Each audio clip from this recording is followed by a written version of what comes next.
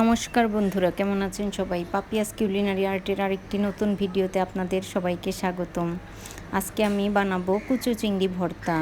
এই জন্য আমি প্রথমেই মাছগুলোকে খুব পরিষ্কার করে ধুয়ে নিয়েছি। প্রথমে বেছে তারপর ধুয়ে নিয়েছি। এবার নুন হলুদ মাখিয়ে মাছগুলোকে তেলে ভেজে নিচ্ছি। এবার লাল লাল করে আমি এই মাছগুলোকে ভেজে নেব। আসলে কুচো চিংড়ির এই ভর্তাটা খেতে খুবই দারুণ লাগে। আর এই কুচো চিংড়ি ভর্তা করার জন্য আমার যা যা লাগবে আমি সব কিছুই রেডি করে নিয়েছি। প্রথমে আমি মাছটা ভেজে নিয়েছি। দেখুন বন্ধুরা, মাছটার কালারটা কতটা সুন্দর আসছে।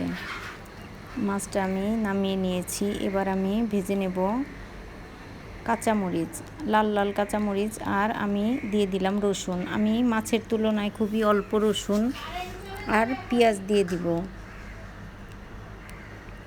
আর কাঁচামরিচটা আমি অনেকটাই দিয়েছি। আর এই মরিচগুলো প্রচণ্ড ঝাল।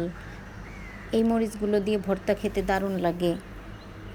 এজন্য আমি এই মরিচগুলোই নিয়ে নিলাম ভর্তা করার জন্য। এবার এগুলো ভাজা হয়ে গেছে। আর আমি এবার ভেজে নেব পেঁয়াজ কুচিটা। আমি একটা ছোট পেঁয়াজ নিয়েছি। পেঁয়াজ আর রসুনটা খুবই কম মাছের তুলনায়, কারণ এখানে আমি চাই চিংড়ি মাছের ফ্লেভারটাই বেশি থাকবে। এজন্য আমি খুবই অল্প পেঁয়াজ নিয়েছি। এবার পেঁয়াজটাও আমার ভাজা হয়ে গেছে। আমি দিয়ে দিব 1 চামচের মতো কালো জিরা।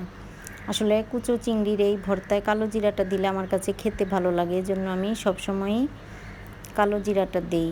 কালো জিরাটাও আমার ভাজা হয়ে গেছে। এবার সব উপকরণ ভাজা হয়ে গেছে। আমি চুলা থেকে এবার নামিয়ে নিচ্ছি আর গরম গরম পাটায় বেটে নেব। দেখুন বন্ধুরা, সব কিছু ভেজে আমি নামিয়ে নিয়েছি। এবার চলে এসেছি বাটার জন্য।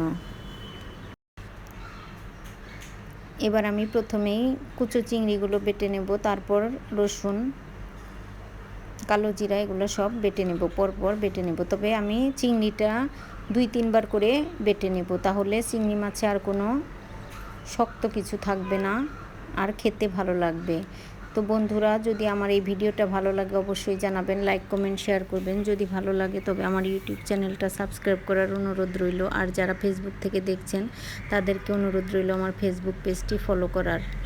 ভিডিওটি দেখার জন্য সবাইকে অসংখ্য ধন্যবাদ। সবাই খুব ভালো থাকবেন, সুস্থ থাকবেন। এবার আমি কুচো চিংড়ি মাছটা 2-3 বার বেটে নিয়েছি। তারপর আমি নিয়ে নিলাম পেঁয়াজ আর কালো জিরা, এবার রসুন। প্রথমে মাছটা ভেজে নিলে, বেটে নিলে তারপর সব কিছু বাটলে কোনো সমস্যা হবে না। আর প্রথমে রসুনটা বাটলে পাটাটা পিছল হয়ে যাবে, তখন মিহি করে বাটা আসলে একটু কষ্ট হয়ে যায়। এজন্য মাছগুলো আগে আমি, শক্ত জিনিসগুলো আগে আমি বেটে নিয়েছি। এবার আমি রসুনটা বেটে নেব। আজকের এই ভর্তাটা বন্ধুরা খেতে দারুণ হয়েছিল। আমি যা যা উপকরণ দিয়ে করেছি, যদি ভালো লাগে তবে এভাবে একবার করে খেয়ে দেখবেন। ভর্তা তো আমরা সবাই করি, এবং আমাদের নিজেদের মতো করে। মাঝে মাঝে একটু ব্যতিক্রম করলেও খেতে দারুণ লাগে। এবার আমার সব কিছুই মোটামুটি বাটা হয়ে গেছে। এবার মিশিয়ে আর একবার আমি বেটে নিচ্ছি। তো বন্ধুরা, আমার এই কুচো চিংড়ি মাছের এই ভর্তা কেমন লাগলো অবশ্যই জানাবেন।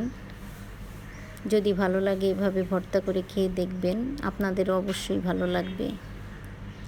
এবার আমার বাটাটা হয়ে গেছে, আমি একটা প্লেটে তুলে নিচ্ছি। আসলে ভর্তা দেখলেই জিভে জল চলে আসে। ভর্তা খেতে ভীষণ ভালোবাসি, এজন্যই মাঝে মধ্যে ভর্তাটা করা হয়। এবার আমি ভর্তাগুলোকে গোল গোল করে নিয়েছি। সবাই খুব ভালো থাকবেন।